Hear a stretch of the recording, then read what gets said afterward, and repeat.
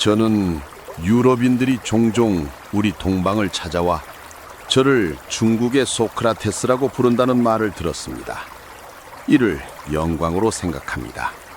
찬사는 접어두시지요. 여기는 그런 말이 어울리지 않는 곳이니까요. 그런데 우리가 닮았다고 하는 근거가 뭡니까? 우리가 거의 같은 시대를 살았고 둘 다 가난했으며 절제된 삶을 살았고 사람들을 덕 있게 만들고자 하는 열정을 지녔다는 점입니다. 저는 선생님처럼 훌륭한 사람들을 길러 여러 지방에 보내 사람들의 삶을 바로잡고 악을 고치도록 하지는 못했습니다. 그러나 선생님께서는 세상을 크게 밝힌 철학자들의 학파를 길러내셨습니다. 저는 대중을 철학자로 만들겠다는 생각을 한 적이 없습니다. 감히 그런 희망을 품지도 않았지요. 저는 거칠고 타락한 평범한 사람들을 오류 속에 머물도록 내버려 두었습니다. 제가 가르친 대상은 생각할 준비가 되어 있고 올바른 삶의 원리를 묻고자 했던 소수의 제자들 뿐이었습니다. 또한 저는 글을 남기지 않았습니다.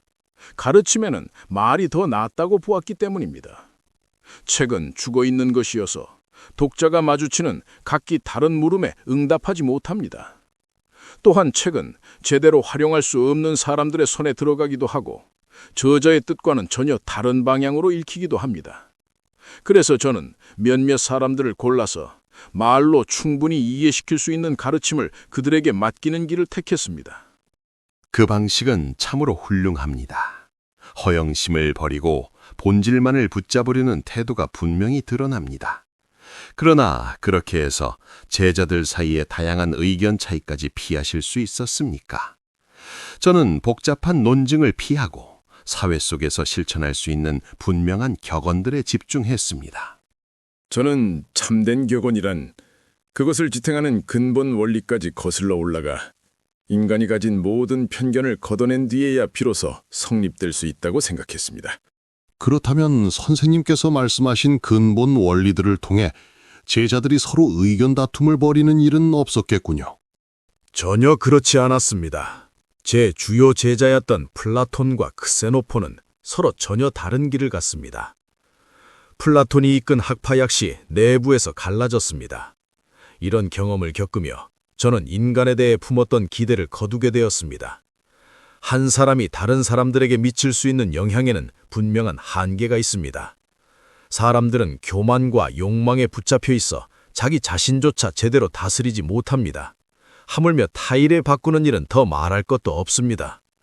모범이나 치밀한 설득이 어느 정도 힘을 발휘하는 경우도 있지만 그것은 극히 소수의 사람들에게만 통합니다. 그래서 저는 국가 전체를 개혁한다는 일은 결국 불가능하다고 보게 되었습니다.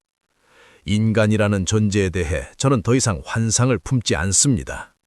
저는 글을 남겼고 제자들을 여러 지방에 보내 사람들의 삶과 풍속을 바로잡고자 했습니다. 선생님께서 남기신 글은 짧고 단순합니다. 그것들은 대부분 격언에 가깝고 어쩌면 플라톤이 제 말을 대화편에 옮긴 것처럼 선생님과의 대화에서 채집된 것일지도 모릅니다. 이렇게 토막난 격언들은 아마도 실제 대화 속에는 없었을 건조함을 띠게 됩니다. 더구나 선생님께서는 왕실 가문 출신으로 큰 권위를 지니고 계셨습니다. 그러니 기술자의 아들인 저에게는 허락되지 않던 많은 일들을 하실 수 있었겠지요. 저는 글을 남기지 않았고 오히려 말만 지나치게 많이 했습니다. 시기와 질투를 누그러뜨리기 위해 나라의 모든 공직에서도 물러났지만 이 역시 성공하지 못했습니다. 인간에게서 선한 결과를 이끌어내는 일이 그만큼 어렵습니다. 저는 비교적 운이 좋았습니다. 지혜로운 법과 잘 정비된 질서를 남겨둘 수 있었기 때문입니다. 유럽인들의 보고서를 보아도 중국은 분명 훌륭한 법과 정교한 행정체제를 갖추었던 것 같습니다. 이 점에서 중국인들은 지금보다 과거에 더 나았을 가능성이 큽니다. 더 나아가 그처럼 좋은 통치 형태가 오랫동안 유지된다면 그렇지 못한 다른 민족들보다 훨씬 뛰어난 수준에 이를 수 있다는 점을 부정하지 않겠습니다. 실제로 우리 그리스인들도 그랬습니다. 현명한 입법자들이 있었고 개인의 이익보다 나라를 먼저 생각한 시민들도 있었지요. 그래서 저희가 야만인이나 부르던 이웃민족들보다 더 세련되고 절제된 삶을 살 수 있었습니다. 먼 옛날의 중국도 아마 그랬을 것입니다. 그 이전에는 이집트인들이 그런 역할을 했고 우리 법 가운데 많은 것들도 그들로부터 전해진 것입니다. 이렇게 잘 다스려진 민족은 명예에 더 민감하고 위험 앞에서 더 굳세며 쾌락에는 덜 흔들리고 적은 것으로 만족하는 데 익숙합니다. 또한 시민들 사이의 강탈과 사기를 막는 데 더 엄격합니다. 그러나 한 민족 전체가 참된 지혜의 근본 원리까지 도달할 수 있느냐에 대해선 저는 여전히 부정적입니다. 그들이 지킬 수 있는 것은 칭찬할 만한 규칙뿐입니다. 그리고 이러한 규칙 준수는 다음의 것들에 의존합니다. 교육의 권위, 법에 대한 존경, 조국에 대한 열의, 모범의 대상을 보면서 생기는 경쟁심, 관습의 힘, 치욕에 대한 두려움, 보상에 대한 기대와 같은 것들 말이죠. 그 자체로 선하고 아름다운 것을 자유의지에 의해 사랑하고 따르는 삶, 다시 말해 철학자의 삶은 결코 한민족 전체에 퍼질 수 없습니다. 그것은 하늘이 따로 정한 소수의 영혼들에게만 허락된 일입니다. 민중은 단지 공공의 신뢰를 얻은 자의 권위와 그 의견에 기대어 형성된 습관적 덕목만을 지닐 수 있을 뿐입니다. 그리고 저는 이것이 바로 고대 중국인들이 지녔던 덕이라고 생각합니다. 그들은 도덕적으로 행동하도록 훈련된 영역에서는 정의롭지만 훈련되지 않은 더 중요한 영역에서는 그렇지 않은 것 같기도 합니다. 자기 시민에게는 정의로우면서도 노예에게는 비인도적일 수 있고 조국에는 헌신적이면서도 이웃 민족에 대해서는 부당한 정복자가 될 수 있습니다. 이 세상 전체가 모두의 조국이며 모든 인간이 한 가족처럼 살아야 한다는 생각에는 이르지 못한 채 말입니다. 이처럼 관습과 편견에 기대어 형성된 덕목은 언제나 불완전합니다. 정의와 덕의 참된 의미를 끝까지 밝혀주는 근본 원리에까지 이르지 못했기 때문입니다. 저런 식으로 덕을 유지해온 민족들은 어떤 감정적 상황이나 개별 행위에서는 매우 덕이 있어 보이지만 정작 그들의 종교는 기만과 불의, 불순함으로 가득 찬 경우를 종종 보았습니다. 참으로 기묘한 혼합이며 커다란 모순입니다. 하지만 저런 모습이야말로 찬사받은 민족들이 보여준 최선의 모습이었고 인간성이 드러낼 수 있는 가장 아름다운 얼굴이었습니다. 어쩌면 저희는 선생님들보다 더 운이 좋았는지도 모르겠습니다. 중국에서는 덕이 크게 융성했기 때문입니다. 그렇게들 말합니다만 의심의 여지 없이 확신하려면 유럽인들이 중국의 역사를 직접 조사할 수 있어야 합니다. 유럽의 학자들이 중국에 가서 역사 기록들을 엄밀하게 조사하여 전설과 같은 믿기 어려운 이야기들을 사실과 구분하고 옛 풍속의 장점과 단점까지 모두 살펴본 뒤에야 판단할 수 있겠지요. 그때가 되면 중국 역시 다른 곳과 마찬가지로 대다수의 사람들은 늘 나약하고 허영되며 타락해 있었고 인간은 시대와 장소를 막론하고 언제나 인간이었다는 사실을 발견하게 될지도 모릅니다. 왜 저희 역사학자들과 선생님 쪽 보고자들을 믿지 않으십니까? 중국의 역사학자들에 대해서 저희에게 알려진 바가 거의 없기 때문입니다. 지금 전해지는 것은 비판적 검토 능력이 부족한 유럽인 보고자들이 발췌해 옮긴 단편들 뿐입니다. 선생님의 언어를 깊이 이해하고 모든 서적을 읽으며 무엇보다 원본을 직접 확인해야 합니다. 그리고 다수의 학자들이 이 연구를 충분히 수행하여 여러 사람의 검토를 거쳐 사안이 완전히 밝혀질 때까지 기다려야 합니다. 그전까지는 선생님의 나라는 멀리서 보면 크고 아름다운 장관이지만 가까이에서는 매우 의심스럽고 모호한 대상입니다. 페르낭 멘데스 핀투가 지나치게 과장한 적이 있기 때문에 그 어떤 것도 믿지 않겠다는 말씀이십니까?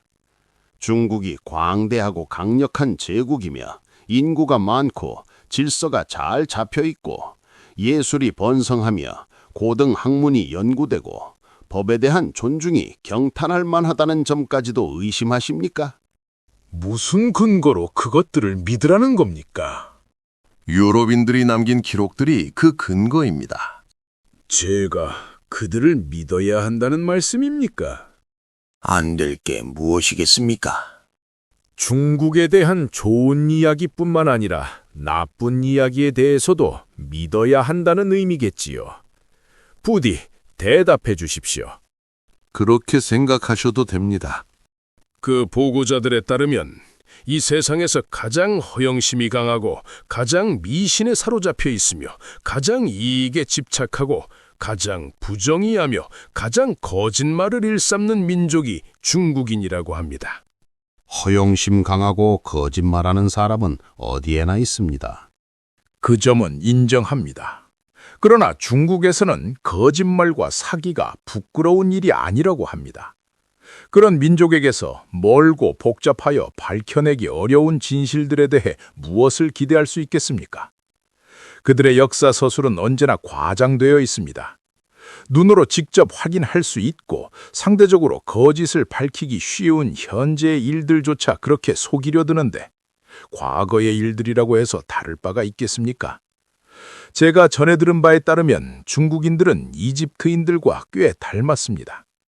아름답고 풍요로운 나라에 사는 온화하고 평화로운 민족이지만 동시에 세상의 다른 모든 민족을 업신여기는 허영심 가득한 민족입니다.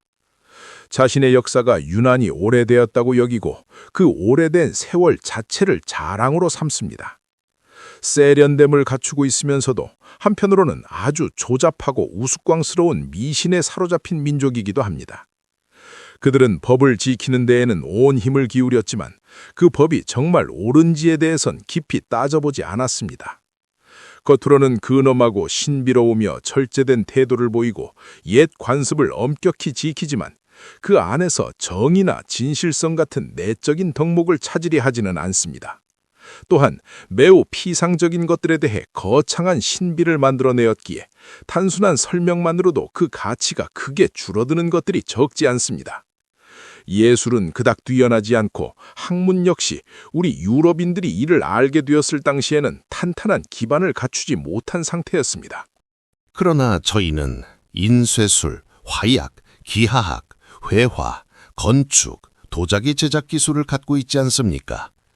게다가 읽고 쓰는 방식 또한 서양인보다 훨씬 뛰어난 체계를 가지고 있습니다. 우리 역사 기록의 오래됨은 천문 관측을 통해 일관되게 확인됩니다. 서양인들은 우리의 계산이 틀렸다고 주장하지만 관측 자체는 의심하지 않으며 그것이 전체의 운행과 정확히 들어맞는다는 점은 인정하고 있습니다. 선생님은 지금 중국이 가진 가장 가치 있는 것들을 한데 모아 말하고 있습니다. 그렇다면 그것들을 하나하나 따져봅시다. 좋습니다. 인쇄술은 학자들에게 편의를 제공하는 도구일 뿐 그 자체로 큰 영광을 누릴 만한 것은 아닙니다. 별다른 고상함이 없는 장인도 그런 발명을 해낼 수 있습니다. 더구나 중국의 인쇄술은 불완전합니다. 목판만을 사용하기 때문입니다. 반면 서양에서는 목판뿐 아니라 활자도 사용하여 짧은 시간 안에 원하는 대로 조판할 수 있습니다. 게다가 중요한 것은 학문을 쉽게 해주는 기술을 가졌느냐가 아니라 그 기술을 어떻게 쓰느냐입니다. 제 시대의 아테네인들은 인쇄술을 알지 못했지만 그곳에서는 예술과 고등 학문이 활발히 꽃피었습니다. 반대로 중국보다 더 발전된 인쇄술을 갖게 된 뒤에도 서양인들은 오랫동안 거칠고 무지하며 야만적인 상태에 머물러 있었습니다. 그렇다면 화약에 대해서는 어떻게 보십니까? 화약은 인류를 해치는 데 쓰이는 발명품입니다. 그것은 모든 사람에게 해를 끼칠 뿐 어느 민족에게도 참된 이익을 주지 않습니다. 한쪽이 사용하면 다른 쪽도 곧바로 모방하여 맞서게 됩니다. 서양에서는 화기가 중국보다 훨씬 정교해졌지만 그렇다고 전쟁의 승패를 좌우하지도 못합니다. 공격 수단에 맞추어 방어 수단이 함께 발전했기 때문입니다. 결국 이는 일종의 상쇄에 불과하여 탑과 성벽, 창과 검, 활과 공성 도구만 쓰던 시절과 본질적으로 다르지 않습니다. 만일 화기를 서로 버리기로 합의한다면 전쟁에서는 용기와 규율, 경계심과 기지가 더 크게 작용할 것입니다. 이런 점에서 화약은 도무지 높이 평가할 수 없는 발명품입니다.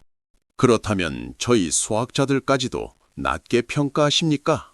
선생님께서 우리 쪽 보고자들의 말을 믿으라고 하지 않으셨습니까? 그렇습니다만 그들 역시 저희 수학자들이 유능하다는 점은 인정하고 있습니다. 그들의 말에 따르면 중국의 학자들이 여러 계산을 능숙하게 해내고 일정한 진보를 이룬 점은 사실이라고 합니다. 그러나 동시에 방법론이 체계적이지 못하고 몇몇 증명은 부정확하며 계산에서 오류를 범하고 매우 중요한 문제들에 대해서는 아무런 발견도 하지 못했다고 말합니다. 특히 천문에 집착하여 그 분야에 힘을 쏟았던 이들이 정작 그 영역에서조차 중국을 방문한 서양인들보다 뒤처졌다는 점은 주목할 만합니다. 더구나 그 서양인들은 서양에서 가장 뛰어난 천문학자들이 아닙니다. 이런 점에서 볼 때 중국이 세상의 다른 모든 민족보다 뛰어나다는 주장은 현실과는 전혀 일치하지 않습니다. 도자기에 대해서는 길게 말하지 않겠습니다. 그것은 민족의 공이라기보다는 토양과 자연의 공에 가깝습니다. 설령 인간의 기술이라고 하더라도 그것은 고급적인 정신활동이라기보다는 장인의 솜씨에 속합니다. 중국의 건축에는 균형 잡힌 비례미가 부족합니다. 전반적으로 낮고 눌린 인상을 주며 구조는 산만하고 장식은 지나치게 많아 고상함이나 자연스러움을 느끼기 어렵습니다. 회화에는 어느 정도 생동감과 특유의 우아함이 있기는 합니다. 그러나 선의 정확함도 구성의 질서도 인물의 품격도 부족합니다. 자연스러운 풍경이나 역사적 서사, 일관된 사유 역시 찾아보기 어렵고 색채와 오칠의 화려함만이 시선을 끌 뿐입니다. 그 오칠 기술만큼은 서양에서도 못 따라가는 것 아닙니까? 그 점은 사실입니다. 그러나 그런 것은 가장 야만적인 민족들조차 때때로 지니는 특징이기도 합니다. 자연의 보움 덕분에 자기 땅에서는 가능하지만 다른 곳에서는 재현하지 못하는 것들이 있기 마련입니다. 그렇다면 이제 문자에 대해 말씀해 보시지요. 중국의 문자 체계가 언어가 서로 다른 주변 민족들과 교류하는 데 유리하다는 점은 인정합니다. 각각의 문자가 하나의 사물을 나타내므로 중국어를 모르는 외국인도 글을 읽을 수 있고 청자가 화자의 언어를 모르더라도 답할 수 있게 해주는 장점이 있습니다.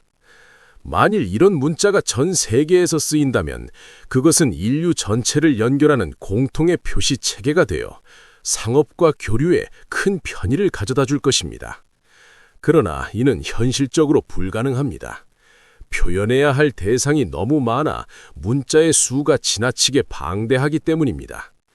중국의 학자들조차 글을 익히는데 오랜 세월을 바쳐야 합니다. 어느 민족이 그런 고된 학습을 감당하려 하겠습니까? 게다가 읽고 쓰는 법만 배운 상태에서 어떤 진정한 지식을 알게 되었다고 말할 수 있겠습니까? 이 문자가 한 나라 안에서만 쓰이는 순간 장점은 사라지고 불편만 남습니다. 다른 민족과 소통할 수 있다는 이점은 사라지고 인생의 가장 좋은 시절을 글자를 익히는 데 소모해야 하는 단점만 남습니다. 그 결과 들인 노력에 비해 얻는 것이 적은 기술에 매달리게 되어 더 본질적이고 중요한 지식으로 나아갈 기회를 스스로 차단하게 됩니다. 그렇다면 저희의 오래된 역사에 대해서도 끝내 확신하지는 못하겠다는 말씀이십니까? 그렇습니다. 서양의 천문학자들이 중국의 관측 기록을 사실로 받아들이게 되는 이유는 그 관측이 실제로 이루어졌기 때문이 아니라 천문법칙상 그럴듯해 보이기 때문일 수 있습니다. 같은 이유로 중국의 천문학자들 역시 그런 천문법칙에 기대어 고대 중국의 관측 기록을 만들어냈을 가능성이 있습니다. 유구한 역사를 자랑으로 삼고 또 질투심이 강한 민족이라면 이런 유혹을 피하기는 쉽지 않습니다. 또한 그런 방식으로 구성된 관측 기록 가운데 일부는 우연히 실제 천체의 움직임과 일치할 수도 있습니다. 이 문제를 분명히 하려면 서양의 가장 숙련된 학자들이 원본 자료 전체를 직접 살펴볼 수 있어야 합니다. 이집트인들 또한 위대한 천문 관측자였지만 동시에 수천 년 전을 거슬러 올라가는 신화를 사랑한 민족이었습니다. 그들이 이 두 가지를 동시에 만족시키려 했을 것이라는 점은 쉽게 예측할 수 있습니다. 그렇다면 선생님께서는 우리 제국에 대해 어떤 결론을 내리실 겁니까? 우리나라는 과학이 번성했던 유럽과는 교류가 전혀 없었고 사방은 거친 민족들로 둘러싸여 있었습니다. 그럼에도 제가 태어나기 훨씬 이전부터 다른 동방민족들이 갖지 못했던 법과 행정체계, 그리고 기술을 갖추고 있었습니다. 그럼에도 우리 민족이 다른 민족으로부터 기원했다는 이야기는 들어본 적이 없습니다. 선생님께서는 우리 제국의 기원을 어떻게 보십니까? 확정적으로 말하기는 어렵습니다. 다만 가장 자연스러워 보이는 설명은 이렇습니다. 인류 역사에서 가장 오래되고 강력하며 비교적 잘 정비된 민족들은 아시아와 이집트에 있었습니다. 그곳에서 여러 민족이 퍼져나갔고 식민은 점차 동쪽으로 확장되었을 것입니다. 이집트인들이 그리스로 건너가 풍속에 영향을 미쳤듯이 페니키아인과 프리기아인 같은 몇몇 아시아 민족들 역시 지중해 연안 전역에서 같은 일을 했습니다. 또 티그리스와 유프라테스강 유역에 자리 잡았던 다른 아시아 민족들은 인도까지 진출해 그곳을 채웠을 수도 있습니다. 민족들이 번성하는 과정에서 강과 산을 넘었을 것이고 그렇게 서서히 식민을 넓혀서 마침내 중국에 이르렀을 것입니다. 이 광대한 대륙에는 그 흐름을 막을 만한 장애가 거의 없었을 것입니다. 오늘날 타타르라 불리는 북방의 혹독한 지역을 거쳐 들어갔을 가능성은 낮아 보입니다. 중국인들은 아주 이른 시기부터 온화하고 질서정연한 삶을 살아왔기 때문입니다. 이는 북쪽의 황량한 땅에서 자라난 폭력적이고 사나운 민족들과는 정반대의 성격입니다. 바다를 통해 도달했을 가능성 역시 당시의 항해 수준을 고려하면 크지 않습니다. 당시에는 대항해가 관습적으로 이루어지지 않았고 기술적으로도 불가능했기 때문입니다. 중국의 풍속과 제도, 종교와 학문에는 바빌로니아를 비롯한 고대 아시아 민족들과 닮은 점이 많습니다. 그래서 저는 선생님의 시대보다 몇 세기 앞서 그러한 아시아 민족들 가운데 일부가 중국에 이르러 제국을 세웠고 유능한 통치자들과 입법자들이 나라를 다스렸다고 생각합니다. 그리고 그 당시 중국은 예술과 풍속면에서 지금보다 더 존중받을 만한 나라였다고 생각합니다. 하지만 뒤이은 역사가들은 민족적 자존심을 충족시키기 위해 사실을 미화하고 칭찬할 만한 부분을 과도하게 부풀리며 진실과 꾸며낸 이야기를 뒤섞었습니다. 더 나아가 민족의 기원까지 감추어 후대 사람들과 다른 민족들이 중국을 더욱 특별하고 경이로운 존재로 보도록 만들려 했습니다. 그리스인들 역시 그런 일을 하지 않았습니까? 오히려 더 심했습니다. 저희에게도 신화의 시대가 있습니다.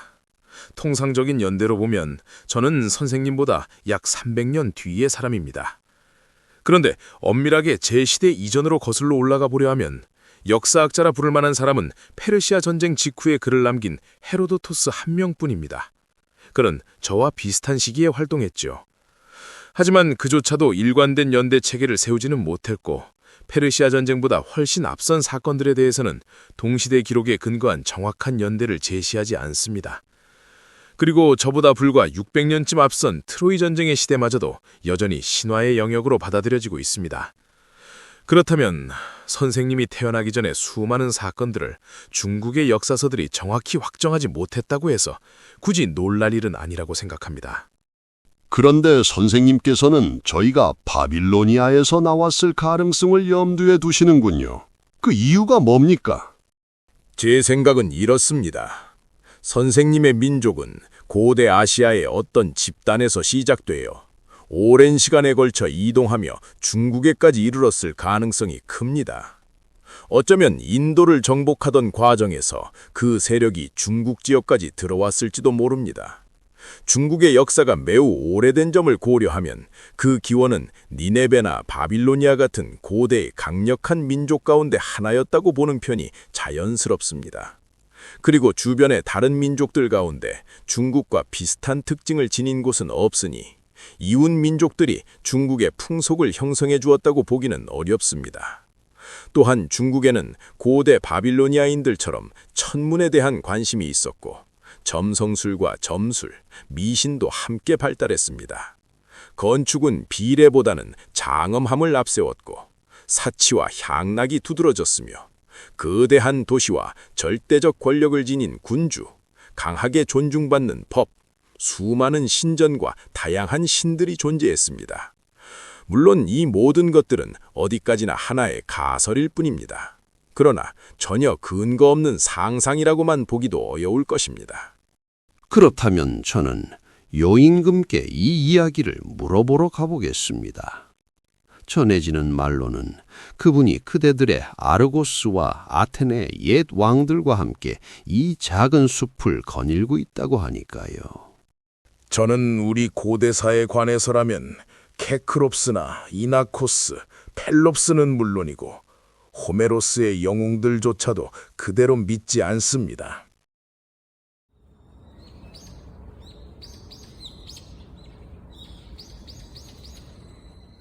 이 이야기는 프랑스의 성직자였던 프랑수와 페넬롱이 저술한 죽은 자들의 대화 가운데 공자와 소크라테스 편을 발췌하여 영상화한 것입니다. 본 영상의 내용을 중국 문명에 대한 최종 평가 혹은 당시 유럽인 전체의 의견으로 인식하지 마시고 그 시대의 여러 의견 중 하나로 인식해 주시기를 부탁드립니다.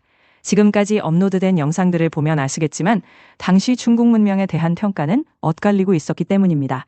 이 영상은 그러한 엇갈린 평가 중 한 갈래를 보여주는 사례로서 그냥 이런 의견도 있었다 혹은 지적 호기심을 자극하는 자료 정도로 시청해 주시면 감사하겠습니다.